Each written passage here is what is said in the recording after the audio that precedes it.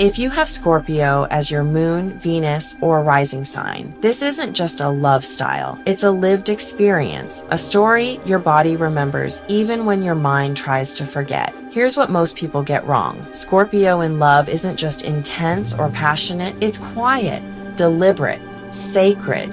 It's sweet in its own way, but it's never blind, never casual, never halfway.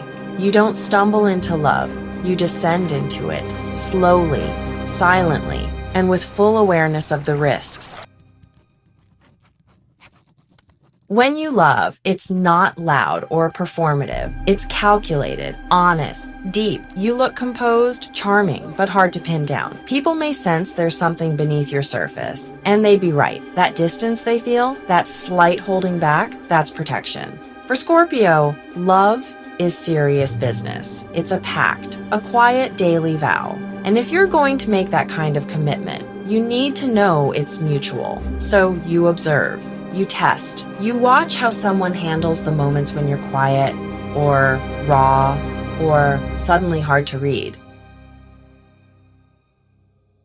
Scorpio placements are wired for emotional depth, but that depth didn't come out of nowhere. It came from early experiences of abandonment, betrayal, or emotional exposure that cut too deep. There's a part of you, maybe from childhood, maybe from young adulthood, that knows what it's like to give your heart away fully, only to realize some of it isn't coming back. So now, even when you're falling, even when you want to trust, there's a voice inside you keeping score, checking the exits, making sure you don't lose yourself again. You crave full surrender, but your nervous system is bracing for the moment they leave after seeing all of you.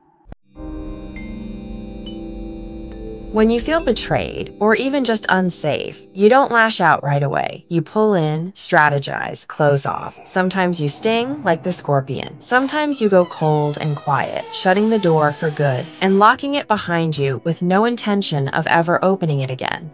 Because once you're done, you're really done.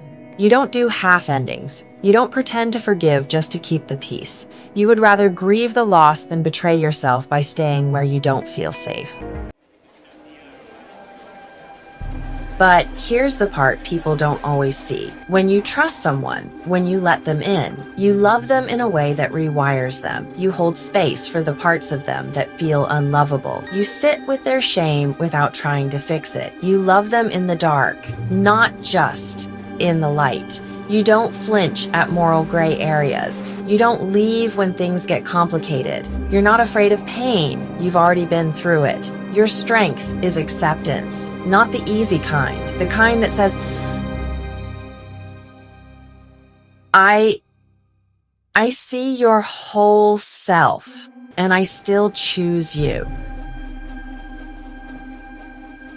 You don't need perfect words or grand romantic gestures. You need consistency, emotional safety, truth over performance. You need someone who can sit with the uncomfortable, someone who isn't spooked when your love gets quiet or sharp-edged, someone who knows how to stay, not out of obligation, but because they see what you've built inside that armor, and they're honored to be let in. That's what makes you feel safe. Not compliments, not fantasy, but loyalty that proves itself quietly over time.